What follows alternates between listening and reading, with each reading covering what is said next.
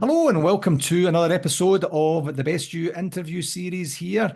It's Gary here. Actually, I should probably start by saying it's Scrooge McDuck here, and I will explain what that means in a wee while.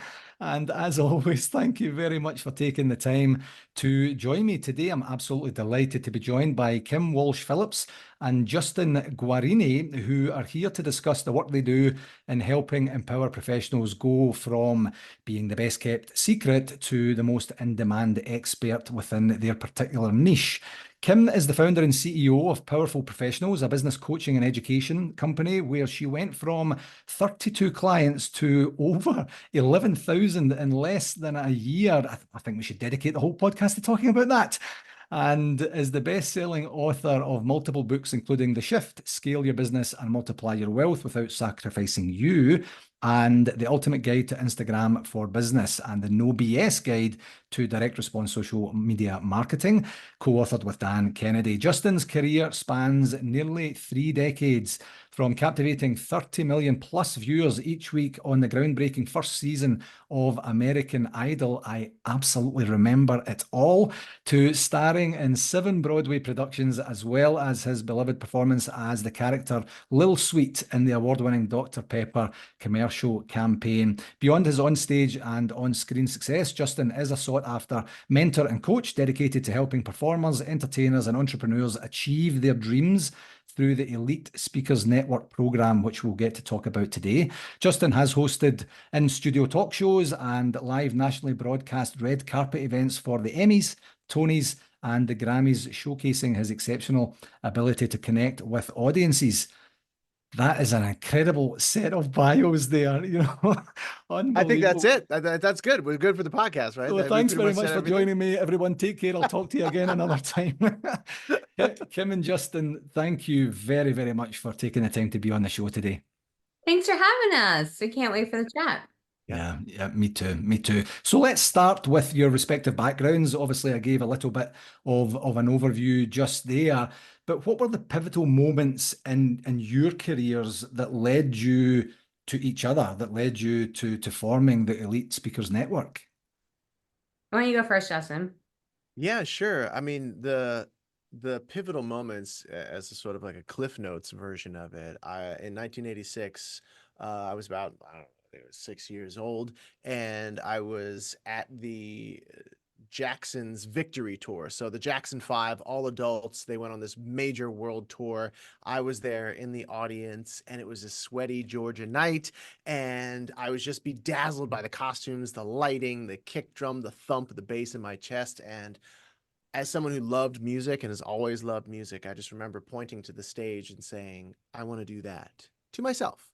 And then over the years, I would continue to do things in choir and in drama club and all the things that most people do when it comes to music. And eventually it led me to the road of American Idol, which then eventually led me back to Broadway, which then eventually led me to a whole bunch of other things. But really what was the catalyst for my entrepreneurial journey was when, after being someone who had been in almost 7 Broadway shows at that time, I was so badly disrespected in an audition, treated like trash by people I know. And after I got over my ego, I said, man, if they can treat me this way, imagine how they would treat other people who don't necessarily have the celebrity that I have, or the name recognition, or the experience that I have, which made me want to, as many entrepreneurs do, help people who are facing some of the big challenges. I discovered how to overcome all of those audition challenges, and so I wanted to reach out and help people. Well, the pandemic came along, and all of us who are in the bodies in the room industry, whether you're speakers or coaches or even footballers, and I'm talking like the English footballers, like we all kind of just had to find a new way. And so I met Kim on the app called Clubhouse. And so we just hit it off, and I read the bio that you just read, and I was like, oh my goodness, who is this person? And we got together and bonded over our love of marketing and musical theater. And she invited me to MC one of her virtual live events where about 400 people were showing up, and I was just absolutely bedazzled by what it is that she was saying. And I'll let Kim take it over from here. Yeah, I love that. I'll back up a little bit. Boop, boop, boop, boop. I was running a marketing agency back in the time, and it was like in the beginning, I struggled. I made the mistakes a lot of people make. I was charging by the hour, not by the project or the outcome. And so we could not scale to make things effective. One time I had to hawk my engagement ring to make payroll. It was terrible, to eventually charging more, doing incredible work, growing the agency, making a ton of money, but I was not happy. I was like, I achieved the thing that everyone always wants, and I was miserable.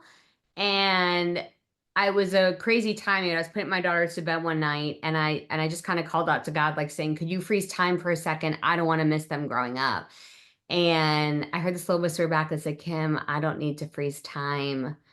You need to be more present. Yeah. And I knew it was true. Like I was doing great work. I had clients I loved. I had celebrities that like I had all the things, but yet I hated my life. And I always knew I was meant to do more, be more, reach more, impact more. Like I always felt that way. Like I was the best kept secret and I wanted something to be different. And divine timing, I was attending a conference the following week, and I'm sitting in the audience and hearing a speaker on stage talk about marketing. And I'm like, that's like he's speaking everything that I already know. And so I'm kind of half listening until the end of his talk, where I hear him make an offer. And he makes an offer for a course. Now, at the time, I was charging $1,500 a month for client services, right? Yeah. And $1,500 was for all 30 days of client services. And in this one talk, he makes an offer from the stage for a course for $1,500. Yeah.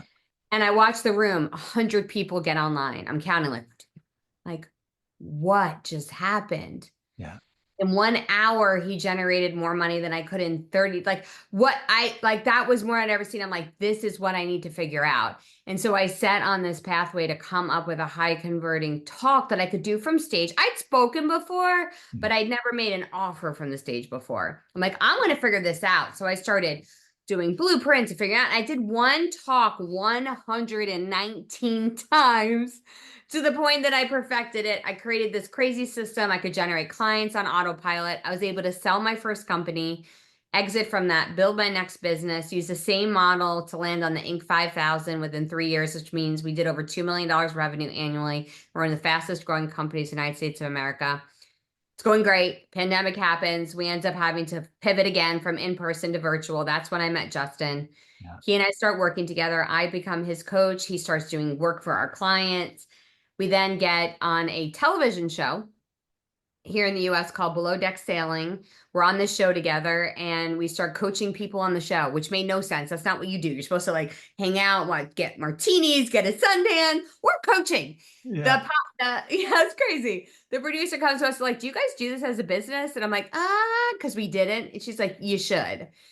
We end up getting the star of the show as a client for this company we didn't have yet. And as we're coming through customs through Canada, we start saying like, let's try this. And so we launched our business. Justin provides the most incredible performance coaching from over 20 years on stage. And I produce the most incredible messaging and marketing consulting, having generated over $1 billion online. And we use the power of speaking from stage to grow the businesses of the entrepreneurs we work with.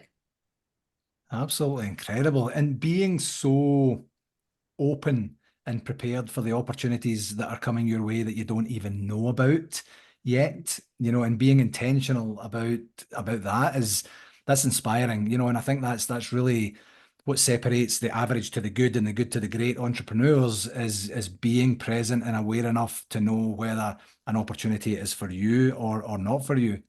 I want to tap on one little thing about that. Yes, and it also means we have to have the faith to say no to opportunities that aren't in alignment with that. Definitely. And I'm gonna call out my business partner here who recently said no to a decision that he didn't know what was going to be on the other side of it, right? And that happened. I'd love for him to tell you as much of the story without telling too much of the story that he can. But I did that. Like my agency When I decided to sell my agency, I want to be clear, I was making millions of dollars.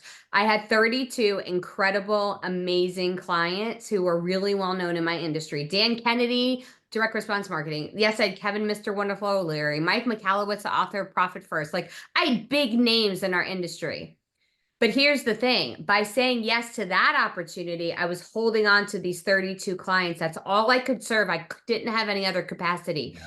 I was saying no to the life that was waiting for me, no to being there for my kids. When I released those 32 clients, I got 11,000 in 1 year in that new business. Yeah. So sometimes to give us the ability to say yes to the opportunity that's there on the other side, we have to be willing to say no to the things that are going to keep us from doing that. Yeah. As Yeah, much as you know about those at that particular time, of course. And you don't know. That's the thing. But you don't. That's the scariest part. You have to say no to the things that aren't in alignment before you know what is. Yeah. Yeah. Yeah, I mean, it just exactly. comes down to the conversation of integrity. Mhm. That's it. Like if something, and it's something that if you ever get the chance to, I think it's Sidney Poitier's documentary on Apple. I think it's on Apple TV, Right. and Oprah produced it. It is brilliant because you see this man who had a thick Bahamian accent say, I want to be an actor. And everyone's like, what? Sounded like you? Were you crazy? And to see the things that he did and that he endured over his career. But the thing that stuck out to me is that he always made sure that his work was in alignment with his values. Yeah. He always maintained, because look, at that time in America in the 50s and the 60s, there were roles that were available to him that he needed the money. He had a wife and children, and yet Exactly. those roles would have cast him in a negative light, cast African Americans in a negative light. And he said, I can't go out there and promote something that sets my people back in the struggle. And so that really always stuck out to me, because when I think about longevity in this business, I mean, the three things that always come up to me is doing good work, which is what I learned from Sydney, and then being kind to people, not just because, you meet the same people on the way down as you do up, because it's just the right thing to do. Yeah. I wouldn't have the career I have. Kim wouldn't have the career she had. You wouldn't have none of us would have the career we have without a ton of people who do not get credit, who either gave us some great advice, supported us, Yeah. or were completely unseen along the way, right? Yeah. And then the final thing is staying in the game. Because Yeah. on the road to wherever it is that you want to go, to every side that you look is the detritus, the litter of people who gave up Yeah. along the way, right? And 100% of the people who what is it? I forget. Is it 100% of the people who I can't remember what it is. Forget it. So the whole point being, then let me just get to my story, is that I had an opportunity come to me for musical theater, for something that was a role where I would be featured, but ultimately it was not a role that would have been something that would have given me longevity. It was a role that was completely out of alignment with who I am and how I want men to be seen and represented. Yeah. I mean, like, good. I'm not talking about like dudes. I'm talking about like good men to be represented, right? And so I said no. And then And he had to say no a lot of times because I had they to say kept no multiple times. And when you get those opportunities that are supposed to be distractions, don't be surprised that they keep coming up, because I believe your strength is being tested. Yeah, Yeah. absolutely. And they added an extra 0 to the payment. And I was Oh. like, well, that could be, it's a good payday. But I was like, wait, no, it's out of alignment with who I am, what I want. And also, I've made a promise to my kids. Hey, I was traveling a lot. I was like, hey, I'm going to be home for a month. Would I have been able to do things with that money that would have been great that I could have spent on them? Sure. Yeah. But I made a commitment to them, and I wanted to stay in integrity with them, not just in my business, but also in my relationships. And because I did that, a a job came along that was totally in alignment with who I am, paid, oh my goodness, Four like times more. four times as much, paid 4 times as much. And then when I went and I did that job, the very next day, those people called me and say, hey, can you do it again a week later for the same amount of money? Versus 2 weeks, the other job would have been, these are 2 days. It Yeah. doesn't take away from our business at all. And it allows them to be for his kids. And now he's getting 8 times what he would have. And here's the thing, we could say yes to things and we can always rationalize them. Well, I'm just going against this little bit of my non-negotiables. Well, I'm just going, but every time you do that, you are closing the space that was available to take the opportunity that was waiting for you if you simply stayed true with what you're going after. Yeah, one of the challenges is a lot of people don't have that introspective genius within them to say these are my core values, these are the do's and don'ts, these are the way that I will act with integrity as I move forward. And a real theme that I'm getting from both of you is how crucial and foundational and pivotal your families are, your kids especially, in terms of who you are, who you want to be, how you want to show up. You know, talking about the money example there, Justin, in terms of, you know, what are the kids going to remember? The things you gave them or the things you did with them, the experiences that you created as a family. Your conversation with yourself as you're trying to get your daughter to go to sleep, and you already know the answer, and you're asking God for a bit of enlightenment, and God's saying, you don't bother me with this, you already know the answer, do something about it. You know, and I love that. I genuinely love that foundation. I've had similar circumstances with my son.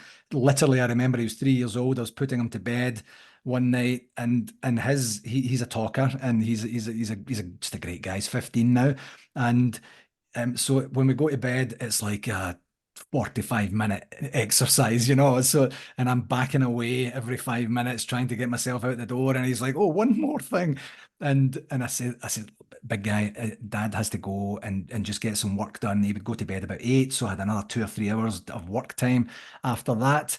And he says, "Dad, why do you always have to work all the time?" And it's a 3-year-old question, and I'm psychoanalyzing it in the moment. I've done it for 12 years since. I wonder what he meant. It could have meant this. This was a sign. It was a gift. It was an insult. You know, like whatever I'm making up in my head at a given point in time.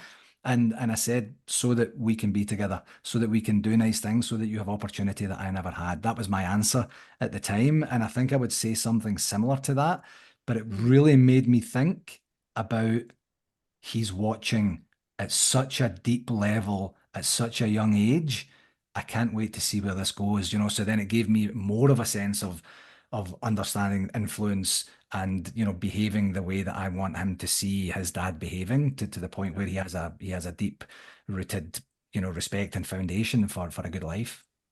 You know, something I want to just jump in right here and then toss it over to Kim, because as a man listening to that, like what we're taught, trained, and educated is like to really believe, and I believe that too, and I believe the same thing, that like, hey, I'm doing this to provide for us so that you can have what I didn't have, so that we can, and that is such a masculine thing, and it's so true, and I don't have any problem with it. But Kim actually brought something to my attention when it comes to actually integrating, because it feels like I'm doing this, I'm making a sacrifice. We're sacrificing time together, son, so that we can have time together, right? Yeah. Which is like, it almost like seems like it cancels it out. But Kim, you really taught me something about like almost enrolling your children in the actual process is such a powerful shift. When I was pregnant with my first daughter, I was grateful to have gotten a big award in my community, meant for women who are making a difference in their community and in their companies. And it's called the Athena Award. And one of the other women in this group, she was the first Surgeon General for the state of Pennsylvania, became one of my great friends. And we were having a conversation when she found out I was pregnant. And she gave me this wonderful piece of advice I will always remember. And she said, never tell your children, I have to go to work. Tell them I get to go to work. I get to go make an impact today. So what I did from the very beginning is while that's beautiful, and I love that open communication you have with your child, I have never said, I'm so sorry I have to go to work today. I'm so sorry I have to go to work. I'm so sorry. I actually let them know from the very beginning, I am both things. I am your mom and I make an impact with you. My goal is to always make an impact. Sometimes make an impact with you, sometimes I'm making an impact with my clients. Yeah. And both things are important to me. And when they understand that, they then know mommy's going to be away next week to go make an impact with these people. I am so excited because here's the impact we get to make. And I talk to them about the impact they make by the impact I get to go make. And then they get to follow these people and see their journeys and see their stories. And then they start to ask, Mommy, who did you impact today? And I start asking them who they impacted. And Yeah. I'm grateful that I did that prior to the pandemic when we all started working at home together and they really had to be enrolled to be Yes. quiet when that wouldn't be the normal when I had to work with a client, but they did, and they know we get to make an impact. So I just encourage those of you, it's fine. Whatever you've said before, we do the best we know with what we have.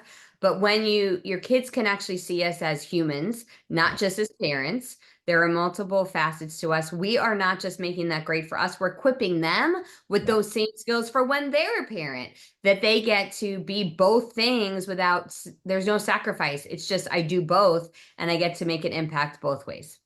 I love that. So powerful and such incredible gifts to give the kids at that age, to then grow up being as enlightened, being as worldly as they would be, and Mm. then that ability to influence other people, because you think that's normal as you're growing up, you're like, everyone does that. And then you realize when you get out there, oh, not everyone does that.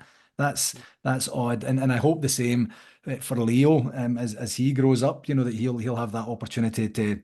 Because right now he just thinks I'm ridiculous, and he's like, I don't, why would I want to listen to your podcast, Dad? Yeah, I listen to you every day, and it's kind of boring, but as he grows and we talk about impact and we talk about value and we talk about influence and things, and he's a smart kid, he's a sponge, so he's taking it in. And then when I see his teachers and chat to his teachers and they talk about him being a leader, him being mature, him being easy to work with and deal with, him understanding the error of his ways when he strays a wee bit and things like that. My t-shirt isn't wide enough to stop the beating coming right out of my hat. It's fabulous, absolutely fabulous. So in terms of Justin, I'll pose this question to you, and your absolutely incredible journey, which you mentioned Bedazzled twice. You mentioned Bedazzled with the Jackson Five, and then you mentioned Bedazzled when it came to Kim. So there's a theme in there of an emotion being stirred where you think this is my passion, I need to pursue what this is. But obviously American Idol, which was the first exposure I had to you, and then the Broadway stuff that you've done since. How has your entertainment career influenced your approach to coaching and mentoring other professionals, whether they are or are not in the entertainment industry? Yeah, I would say the fact that I was able to get on a stage in front of 30 million live television viewers and not melt Yeah. um, helped. The fact that I have a passion for the thing that most people want to run screaming with their hair on fire away Yeah. from. Yeah. It's like, give me a live feed to America, and of course with preparation. Of And course. it's great. I love the pressure. It's Yeah. why I named my company Profit Under Pressure, because that is what in the entertainment industry we do, whether you're in film, television, theater, whatever it may be, podcasting, you're profiting under the pressure of having to deliver live in the moment. So being on American Idol, being on Broadway, in theater, it's almost like, what is, is it in Scotland where they have that wheel of cheese that they chase down the hill? Is that an Irish thing or a Scottish thing? Do you know, I'm not 100% sure. For some reason, I think it's in England. I think it's in It's an England. English thing? I think so. I might be wrong. So no doubt Okay. someone will tell Well, me. right. Well, okay. Well, you know what I'm talking about. Yeah, It's like they absolutely. roll Now this. you'll hear from this episode, Gary. She said they only tell you we did something wrong. So Exactly. I now mean, we'll hear from you, dear listener. 100%. Yeah. Perfect. Well, theater is kind of like if you've ever seen that competition, they roll this wheel of cheese or a block of wood down the hill and everybody starts running. And once you start running, you can't stop. Yeah. And that's it. And theater is just like you're going. And so the pressure of just the show must go on. Yeah. And then the pressure of being on a commercial set where you have multiple millions of dollars riding on you getting this material done in a set amount of time. Yeah. And so bringing all of that and then the passion for being in front of an audience, for being entertaining and telling stories. That's it to me.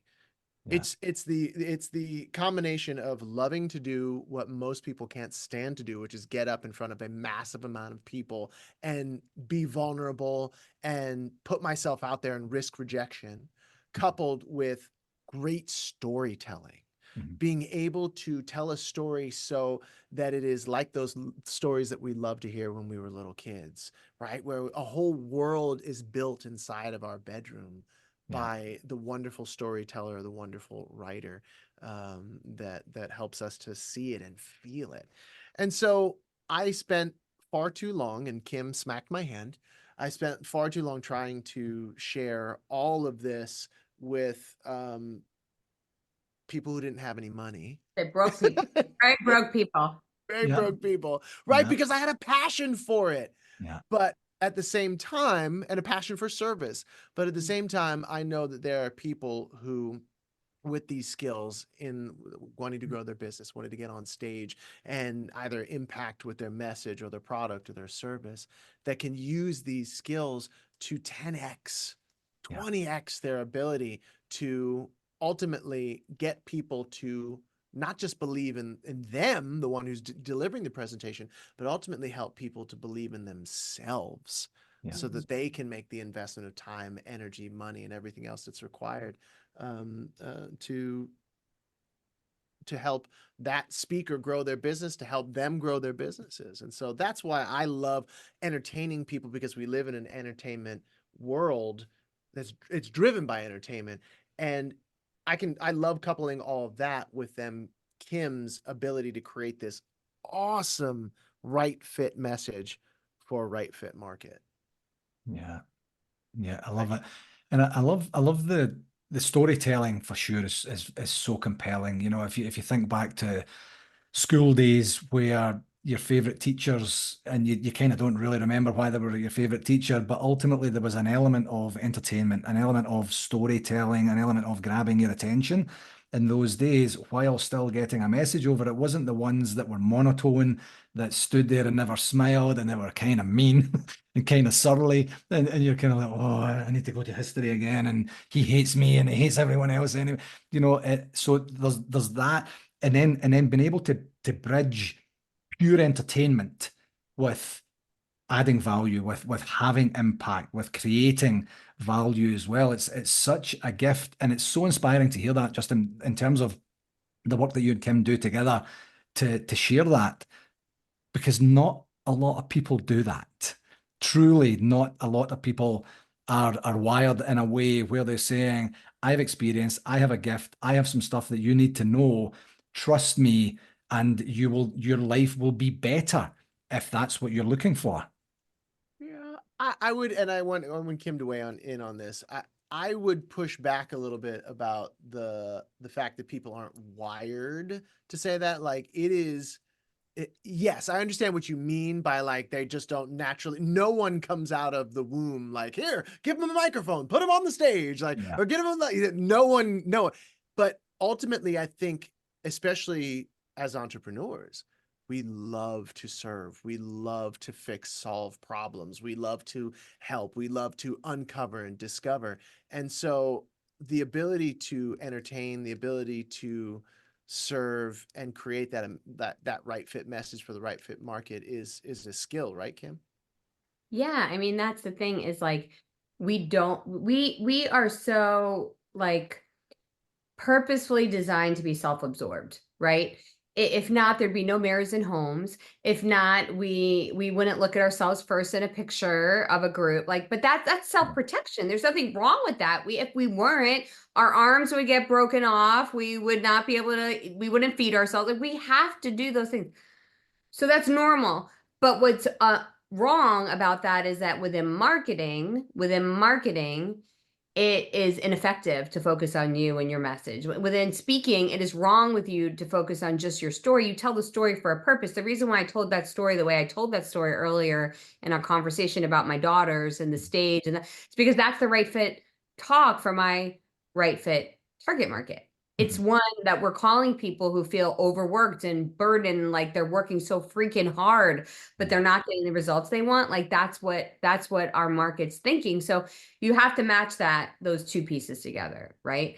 And if that's the part that's not natural, no one's born knowing that. Everybody needs someone from the outside to look in and tell them what that is. It's so normal. If you struggle with figuring that out yourself, it's okay. No one could read the label from inside the bottle. You need someone from the outside to look in and tell you what that is. Yeah. Yeah, absolutely. And in terms of, going back to part of the story you told earlier, Kim, and your rapid growth, I know you explained a bit about the struggle or the effort it took to let go of 32 amazing clients for the opportunity to impact a much greater audience in and of itself there. What strategies did you employ, like as a human and then as a professional during that time that contributed to that ongoing success? One of the benefits I had is I had generated $1 billion online at that point for the clients that I worked with. And I had the opportunity to run their campaigns from behind the scenes. So I already knew what worked really, really well. So I had that industry experience. Yeah. And then I knew something else. I wanted my life to look different. So I wasn't going to start a new business with having the life that I had before. Said if I'm going to work less hours, but get the same or greater results, which we ended up doing, what is going to be different? And what I decided was I wasn't going to do anything that I didn't love doing anymore. Yeah. I know that God gives us things that we love to do, and that's our discernment. Those are our superpowers. I was only going to spend time doing the things I loved, which is the marketing, the speaking, and the coaching. And if it was outside of that, I was going to have team do it, and I was going to find team who loved doing those things. Yeah. In my agency, I used to do everything, stuff I could not stand that I dreaded. Now I'm going to only do the things I love to do. So by me doing that, I was focusing on my highest profit activities. Yeah. All my time was spent my highest profit. I used all the automation that I had discovered had worked before in my first business. And I only focused on my one right fit message. Now, here's the biggest thing. This is the biggest solution. The most profitable businesses in the world can fit on your palm for their business model. They are not complicated. They are simple. Profits come from simplification. And that means that you don't want to constantly be adding new products, new programs, and products and programs. That is a way to absolutely positively fall apart at the seams and never be able to scale. Instead, what we say is you want to focus on one easy yes offer, something they can easily say yes to first, and one premium value offer, a way that they would rise up. So in our business, our easy yes offer, we have $1,000 Elite Speakers Blueprint that people join. It's $1,000. And then we have a premium value offer of a $7,500 platinum program. That's our whole business. That's it. You're like, what? You could have a multi-million-dollar business with 2 offers? Yes, because now you could spend all of your time on the marketing and the lead generation and the coaching. You're not constantly creating new launches and new programs and new products that take you and your team's time away. By simplifying the business model and focusing on the front end and the service model, that's how you scale a profitable business. Yeah, I love it. When you were saying simplification there, the first thing that came to mind was Apple. And Apple, they have more than 2 products, but they don't have 500 products. Yes, you can. Service offering, they are incredibly simple. And they just have a few product lines that they built out, where other technologies companies went way wide instead of going deep, and they're not nearly as profitable as Apple is. You're exactly right. Yeah, exactly. So speaking of the Speakers Network, that focuses on empowering professionals to become in-demand experts in their particular field or niche, as I had said during the bio earlier. Could you walk me through the most prevalent or significant challenges that professionals face when they are either trying to get started to even understand what their brand are, or they have a brand and they're trying to elevate their brand? What do you see as patterns? I'll tap a little bit into the marketing side, and then I'll Justin talk about the execution side of it. From the marketing side of it, typically they know what they want to help somebody with. They know what's wrong with them, but they're not good at talking about it from the perspective of the prospect. They talk about it from their perspective. So the number one thing you want to do, whether you are a starter or advanced, because we have helped multi-million-dollar businesses with this, and we've helped startups with this. So it doesn't matter. They all need work on this part. And that is describing the problem you solve in the words that your prospect uses, not in how you describe it. Yeah. So you'll never hear Justin and I say things like traffic or funnels or anything that our people don't say that. What do Yeah. they say? I'm tired of being the best kept secret. I'm tired of relying upon word of mouth and referrals. I finally want to get my business in front of more people so I can grow it. That's why I describe it that way. Yeah. So start with who is your right fit person you want to serve and how do they describe their problem? And whenever you have an opportunity to communicate that, you want to make sure you're using those words when you talk about it. Then the challenge for them becomes, how do you become the person who stands up with confidence to share that message? And that's where Justin comes in. Yeah, and so like we've talked about, people are just afraid of getting in front of other people. Sometimes it's 3 or 4 people in a conference room. Sometimes it's 30 or 40 people at a smaller conference. Sometimes 3, 4,000. And ultimately, at the root of that, a lot of people say, I have stage fright. I have nerves. You can call it all kinds of things, but ultimately, at the end of the day, it's just the fear of rejection. Mhm. What if I show up and I am going to be myself and say things that I know are true, that I believe in, that I've bled for, that I've sweat for, that I've sacrificed for, that I've spent years, sometimes decades, discovering and uncovering these secrets? And what if nobody believes me? What if nobody likes the way that I look? What if I I don't look or sound or smell the way people think? And they'll come up with a million excuses. And it Yeah. is the fear of rejection. And ultimately, the people who have the success that they want recognize that that fear of rejection, A, is normal. Everyone has it. We talk about million-dollar companies, big CEOs, huge television personalities that we have worked with get off the stage and say the same exact thing or ask the same exact question as people who are just starting out get off the stage. After they're done, they say, "How did I do?" I do. Yeah. It doesn't matter.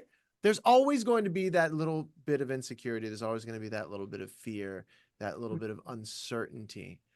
But learning how to embrace that uncertainty and recognizing that the fear of being rejected is so much less, or should be, it could be so much less ultimately than the fear of not doing what you're passionate about, Yeah. the fear of regret Yeah. at the end of your life. I forget, what did you say? What is it that you always say at the end of your life? God isn't going to say what, Kim? It's not going to say really great job in reinventing the wheel and spending a bunch of time figuring out things that other people already figured out. Instead, you wanted to say, thanks for using your hands and feet to serve the people I sent you to serve. Yeah. And Yes. that's it. It's like, are you more afraid of some people you don't know Yeah. rejecting you, even though you do know what you're talking about? Mm-hmm. Or are you more afraid of that regret that you're going to feel for not being able to do what it is that you're passionate about, to serve the people that you know you can serve, that you can help, and to be able to grow your business and provide for your children and provide for other people's families and all the things that come with that. So, I mean, when you take those two approaches and you put them together, that's what we love to do. And ultimately, it sounds a little heavy, but we love to have fun. Like, we pride ourselves on having fun. As much, we like to say, we just had one of our master classes today, and at one point we say, our bodies are 80% clapping and laughter. We need 80% applause. 80% applause is our bodies. So like we said, like, please, I feel like Tinkerbell, like, just you have to clap at certain points where my light gets a little dim. But I lose my So, power. Yeah. so we have so much fun while we uncover and discover the fast path for people to be able to get on the stage and grow their business and be paid to speak and ultimately feel that and quench that thirst for the passion that about the thing that they feel passionate about. Yeah, I love that. Talking about the regret and being able to create a compelling story for the people that have these internal or possibly external blockers that are holding them back. I like to talk about the cost of inaction. Are you going to be kind to your future self and make a decision that you're going to look back on and be proud of? Or are you going to play it safe? Are you going to stay in what you believe to be your lane and you continue to go forward, you know, what does future Justin, future Kim, how do they want to feel when they look back on present Justin, present Kim?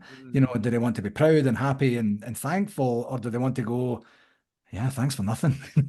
You know, it didn't really do what I wanted to do. And touching on the fun part, that is so important from an education and information absorption perspective. Like, and over the years in the classroom, I would say basically a version of, I guarantee you two things over the next 2 days. Most of the classes I would do were 2 days.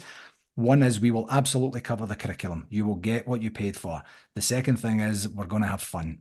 And you might think that the fun aspect overtakes the curriculum. It won't. It will enhance your learning if you embrace it. Now, not everyone loves to have fun. Those might be the people that are on their deathbed saying, you know what I did? I spent way too much time having way too much fun. And I didn't do the serious stuff. Like, I can't help those people and I can't edutain those people at the same And time. I'll actually tell you that we do have that. Like we actually teach this from a speaker perspective. So a little bit of teaching here, and that we call this your attractive attributes. And you come up with 5 attractive attributes. This is how you want people to describe you when you leave the stage. Mhm. And you have to decide what you want. But one of those important principles we have is this fun and humor. Mhm. And we have people who don't want that. We play around at our events. We always have games and we interact and we're playful and we joke around. There's other people who are like, just get to the point. Yeah. Forget all the game stuff. And that's okay. There's nothing wrong with them. They're just not our people. And what I say is, it's okay. I'm not everybody's cup of tea, and that's fine, because you know what? I prefer to be Veuve Champagne instead. So we're good. And so you just want to attract people who are your right fit and be okay with that. And if we're with people who don't want to have a good time and don't have a sense of humor, we actually don't want to spend time with them. And that would be a terrible way to build a community of people you don't want to spend time with when that's your job. So that's one of our principles, is we attract people to us who we enjoy being with. So it creates this really awesome community. And if you're currently hearing this, you're like, ugh, I don't actually want to spend time with my community. That's okay.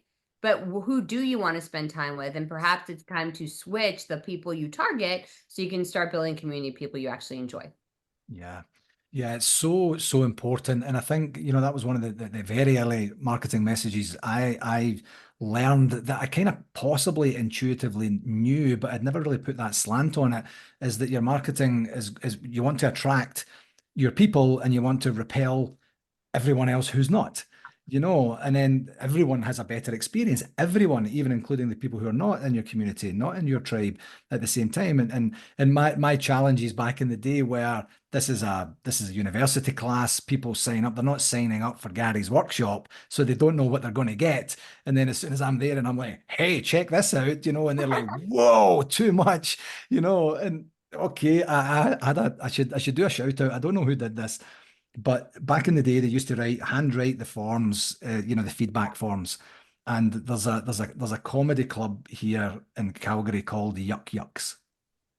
And this person took the time to write at the bottom any other comments. If I wanted a comedy show, I would have gone to Yuck Yucks.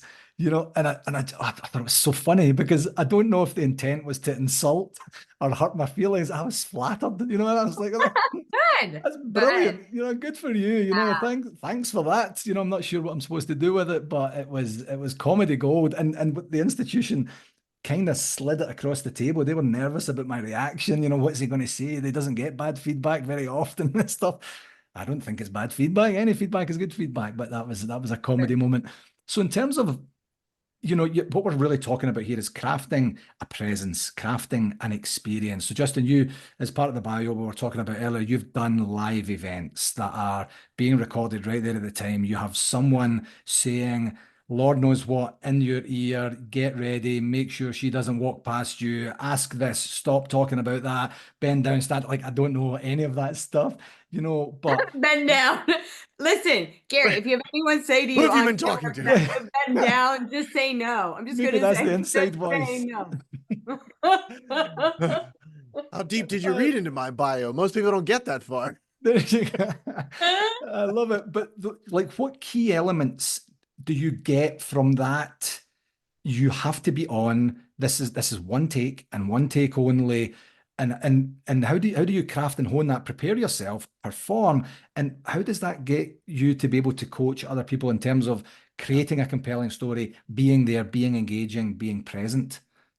Well, okay, I'll take musical theater, Broadway. At Broadway is like the top of the top for musical theater. And every single night you're on, it's live. The show cannot, unless there is a catastrophic event, the show does not stop. Whether you forget your line, whether you forget something, it doesn't matter. You just have to keep going.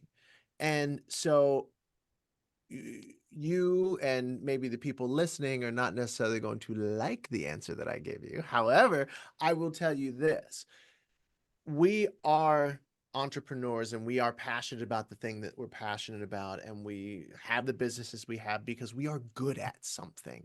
Why are we good at that thing? Because we have spent more time doing that thing mostly than we've spent doing pretty much anything else, right? So we are experts. We're experts in that thing. Yeah. And the challenge then becomes, in those moments of high pressure, in those moments where you have got it, it feels like do or die. Are you willing to let go? I like to think of it as letting go and letting God. Are you willing to have confidence in yourself, in all that work that you put in? And I'll take it a little bit deeper. What do I mean by confidence? We can say, oh, it's confidence. No, most people confuse the word confidence with cockiness or arrogance, right? I'm going to come in, I'm my chest all puffed out, and I'm better than you, and I'm going to squash you down so I seem tall. No, that's arrogance. We see it all the time in politics. We see it all the time in sports and media, all of that. That's arrogance. What confidence is, very simply, is just a trust in yourself. And what builds that trust is the things that you have already done to be good at what you do. But it's that little extra. It's in those moments of, oh my gosh, I don't know what I'm supposed to say. I don't know what I'm supposed to do. It's all falling down around my ears. It's in those moments. Can you trust in yourself to come up with the answer? Can you trust that if you just take a deep breath, and move forward, that I don't know what's going to happen, I just know the right thing is going to happen. And that's that muscle that we love to work. And that's that thing where we love to show people, hey, guess what? You think that you can't do this, but that's not it. That's a choice. The word can't implies that you don't have any power over the situation. Whereas you won't do it. Oh, that's a choice. Own that. If you just won't do it, then that you have the power to say, I don't want to do that. Fine. But in those moments, when you just allow yourself to move forward, when you embrace, when you respect the unexpected, right? And you learn to move forward in those moments. And this is the last thing I'll say, because I could wax poetic about it. But like, think about like firefighters. A building goes up in flames. And what is their job? Everyone is like, what? And runs away. Their job, they've trained themselves to run into danger. They've trained, and now they're not, I mean, look, they know what they're doing, right? They've trained themselves to run into danger in order to save, in order to fix. And so it's that muscle of confidence. It's that sort of mentality where you're like, I'm going to run towards that thing that most people run away from, and I'm going to receive the rewards that most people will never, ever get as a result. Yeah, I love that analogy. That's very, very powerful. Kim, your book, The Shift, focuses on scaling businesses. I know we've touched on that a couple of times today, without sacrificing personal well-being. And that's literally, in the title, so it's obviously very, very important in terms of the messaging. Some anecdotes from your life that you haven't shared yet, that was the inspiration behind that? Was it a reaction to something immediate in the moment? Was it compounding events where you thought, this is a pattern, I have to do something to arrest this? There is this common conversation that happens in the entrepreneur space that people are saying, what kind of business do you have? Do you have an empire business or a lifestyle business? This is this common conversation. And it's always frustrated me because why do I have to choose? Do I either have a business that makes massive impact or massive income, or it gives me the freedom to actually be present in my life, take care of my health and my wealth? When I had my first book come out with Dan Kennedy, I was on a book tour and I was working around the clock, and I got so sick that I ended up in the hospital for 2 months, and I missed the holidays with my little kids. I said, I was sacrificing my health to build my business. I need to build a life that lets me take care of all my things. So I actually created this model that I call my North Star system that comes up with a number one goal for each area of my life: my family, my personal self, my health, my spiritual, and my business. Those 5 areas. And I come up with a main goal for each, and then a goal that I manage each day, each week, each month, each year, because I'm the same person all the time. And so what I wanted to show people was, number one, you can have a business and still have a life. Number 2, you could have a business and work with really great people that you choose to work with. Number 3, you can have a business and have one heck of a good time. And number 4, you don't have to choose between an empire and a lifestyle business. So that was my passion book that I got to write. I had to release it in the craziest time of my entire life. And I did it based on not convenience, but commitment to, that's why God put me on this earth, was to share the messages that I have inside that story. And when people come to me now and tell me the difference that it's made in their life by to go after their dreams, that's why I did it. Fabulous. And that must feel, to have that external validation and, proof, living social proof of the words worked. Whatever you were trying to do has inspired, has influenced, has given me a better opportunity. It's what a gift, and what an ability to use that gift at the same time. Because it sounds like there would have been 100 excuses. Not right now. When I get a bit of time, when the kids are a bit older, when when my teeth stop being itchy, like whatever it is, you get to that spot where you're kind of like, Yeah. but you Yeah. gotta. I was in the throes of going through a divorce. My business was falling, like totally changing, because the pandemic had created this massive influx of clients and all of their needs were changing. Like it would have been very reasonable for me to say, this is a bad time. Yeah. Except for the reason that every single day I have an opportunity to step into my purpose is a day I'm never going to sacrifice from doing that. And Yeah. so it is never going to be convenient to accomplish your incredible things in life. Nothing in this world that's ever been created that has made our world a better place was done out of convenience, not one time. Yeah. And so we have to stop waiting for the right time for our lives to change and start deciding that right now is the right time for my life to change, because then you get to step into what's waiting for you on the other side. Yeah, what a fantastic, energy that brings. Just those words, and I get to see you saying that. The people who are listening won't get to see it, but you can just feel it literally, physically. Feeling this has been a fantastic conversation. I could literally do this for about another 4 hours, but I'll end it there. Before we end, where can people find you? We put on a workshop and it's free, and we work through the exact things we've been talking about today. How do you pick that right market? How do you pick that right message? How do you present your talk in a comfortable confidence that people are drawn towards? And you can join us for free by going to speakandgrowrichworkshop.com/podcast. That's speakandgrowrichworkshop.com/podcast. We would love to see you there. Fabulous. Kim, Justin, it's been an absolute pleasure and an honor. I've learned a lot and I've had an absolutely fabulous time. Thank you very much for your time. Thanks Me so much too. for having us. You were an incredible interviewer. I Yeah. just say this is one of the best interviews we've ever had, and it's been an absolute privilege and honor to be on your show. Hello again. Thanks again for tuning in to this episode, and I do hope that you found it valuable and gained some insights. I do have an ask for you. If you enjoyed this podcast, I would absolutely love it if you would connect with me on my socials, and that's at LinkedIn, Facebook, and YouTube. Just search for my name and do whatever it is you need to do there to follow me and stay updated with all the latest content, tips, and discussions. And for any more resources that you're looking for, feel free to visit my website, garygillen.com. And while you're there, you can book a free, no obligation 30-minute coaching call directly with me through the site. Whether you're looking to enhance your performance or tackle a new challenge, I'm absolutely here to help you succeed, and I would absolutely love to hear from you. Thanks very much again, and until next time, keep pushing towards your goals and getting better each and every day, my friend.